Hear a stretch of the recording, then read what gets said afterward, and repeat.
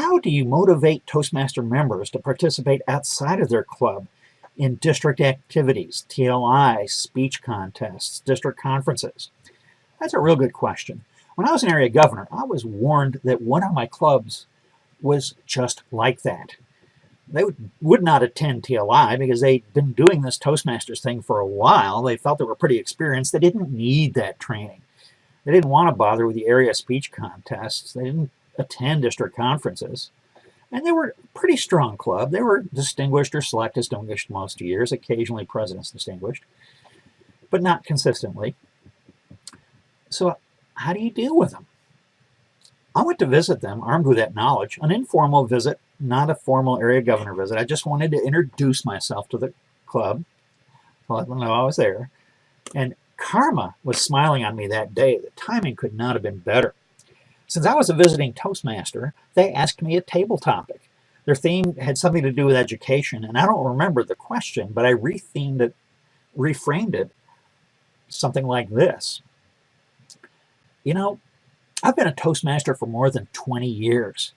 Just when you think you know it all, you have an experience like I had last weekend at the Toastmasters Leadership, the TLI. I learned all kinds of information, stuff I had no clue about, information that will make my life a whole lot easier. One of the things I really like about TLIs, when I'm attending officer training there, quite often the class at the end will have an informal question and answer session, and it never fails. Someone in the audience will raise their hand and say, at our club, we're having such and such a problem. What could we do about that? Somebody else will raise their hand and say, at our club, this is how we solve that problem. Somebody else will say, this is what we did. Somebody else will chime in with, well, we tried those things. It didn't work for us, but this is what we did, and it worked really well. The net result is you'll get 2, 3, 4, 5, 10 answers, solutions to the problem you're having. Also, since I'm such an experienced member, I've been around for so many years, I've got a lot of knowledge and experience I can share with the less experienced Toastmasters. It's a way I can give back to the organization and help other people. Plus, it's just plain fun. I like to network with people and get to know other Toastmasters. I really like it.